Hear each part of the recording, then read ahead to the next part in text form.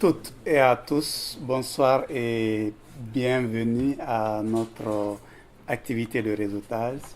C'est notre quatrième édition de l'année 2015. Donc, pour un rappel, tous les mois, nous organisons une activité de réseautage. Donc, le concept est en place depuis déjà un certain nombre d'années. Et auparavant, on organisait tous les 2 mois, voire même tous les 3 mois. Et progressivement, nous sommes allés jusqu'à arriver à une activité de réseautage par mois. Pour vous souhaiter bienvenue, je souhaiterais introduire Christophe Zouet. Sûrement, beaucoup d'entre vous le connaissent déjà. Lui, il est l'initiateur de tout le concept sur lequel nous travaillons en ce moment, qui a commencé d'abord par le CRA School et qui maintenant est devenu Accès Pharma. Donc, pour ne pas lui voler la vedette, je préfère lui laisser la parole. Donc, pour qu'il vous souhaite la bienvenue et je vous prie de bien vouloir l'acclamer, s'il vous plaît. Merci beaucoup. Et la première chose que je voudrais vous demander, s'il vous plaît, faites-moi l'honneur, levez-vous tous. Levez les mains. Bougez les mains. C'est un exercice qu'on fait chaque fois. Bougez les pieds. Merci. C'était mon premier...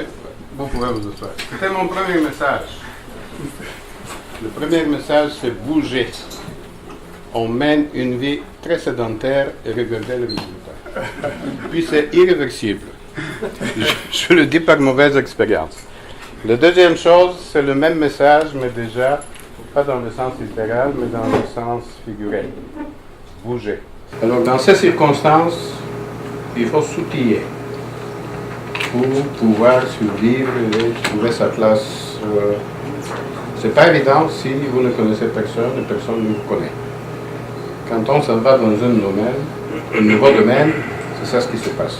Vous êtes inconnu, vous n'avez pas de contact. La même chose, c'est valide pour les nouveaux arrivants. Ils ne connaissent personne, personne ne les connaît. C'est pour ça que nous, on a fait tout un programme d'insertion en emploi. Nous allons directement enchaîner avec la première présentation. Donc, je vous propose de m'aider à accueillir Steve pour sa présentation. Steve, s'il vous plaît. There's been a lot of change. I've done a lot. I've worked in clinical, data management, biometrics, clinical operations, etc. My most recent position was with ICON as a startup associate. And I'll just give you a little overview of what that entails. And from a perspective of people trying to get in with good credentials or a desire to work and to drive themselves, startup is not a terrible area to start with. It's very high stress, high powered, but it's a good area to end in. So what we do basically in startup, as it says, is we do contracts, budgets, and getting sites up and going.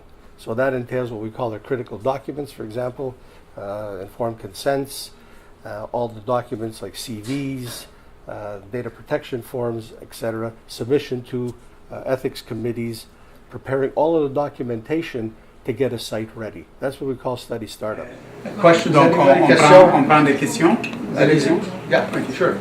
J'ai une question par rapport. J'ai une question par rapport au startup. Vous dites qu'on travaille beaucoup avec Health Canada, Harvey Services et les ICF aussi.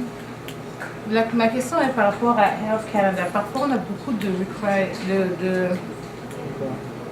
demandes. Par rapport, je travaille pour une compagnie pharmaceutique qui est américaine, puis ils ont beaucoup de pression par rapport à moi parce que je suis canadienne présentement.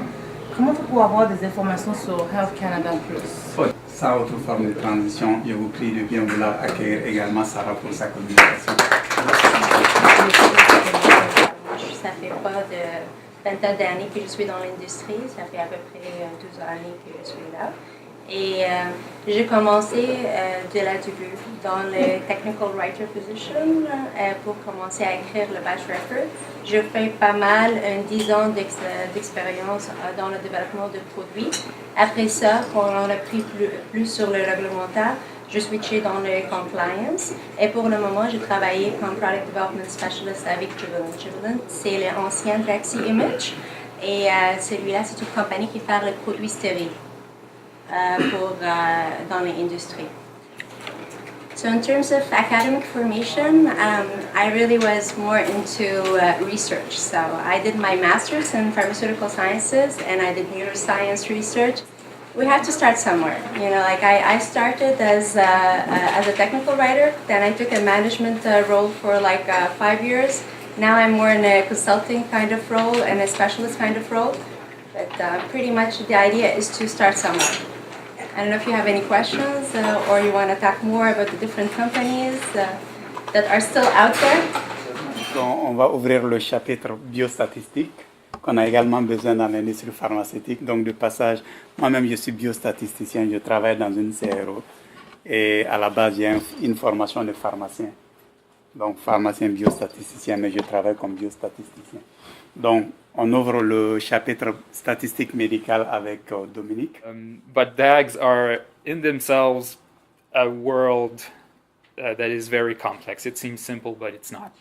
And you end up with headaches just figuring out what confounder to include or not include. Avant ça, on va faire quand même l'honneur de donner la parole à nos invités d'honneur pour que très rapidement ils se présentent. Et après, ça permettra à ceux qui sont présents de pouvoir échanger avec eux. On commence par Mélissa. Oui.